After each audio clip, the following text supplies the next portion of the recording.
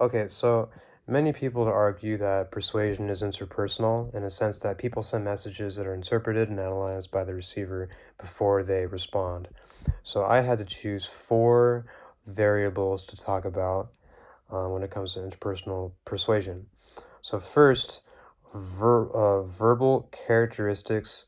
You can notice that through the tone of voice, gestures, body language, facial expressions, the way you talk. Um, your personality will affect the type of method that you use to communicate to someone.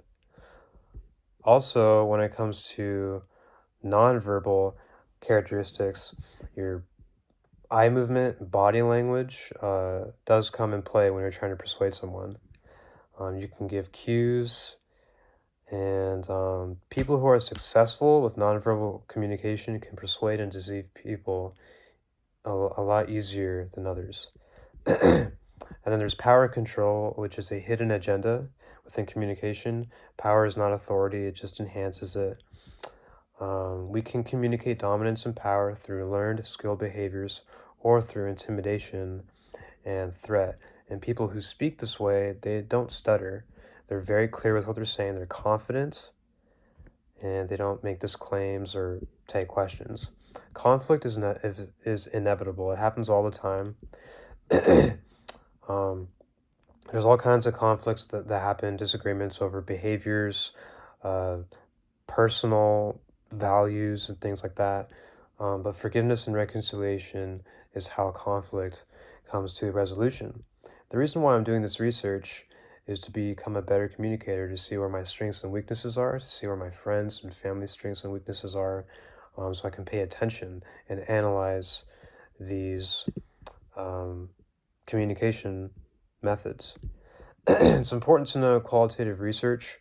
That's a type of social science research that collects and works with non-numerical data, and it seeks to interpret meaning from these data to help understand life through populations or places.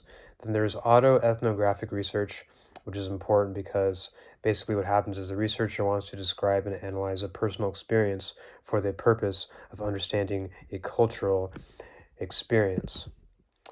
Basically, with my method of data collection, I just jotted down some notes before and after my conversations with someone over a span of 3 days.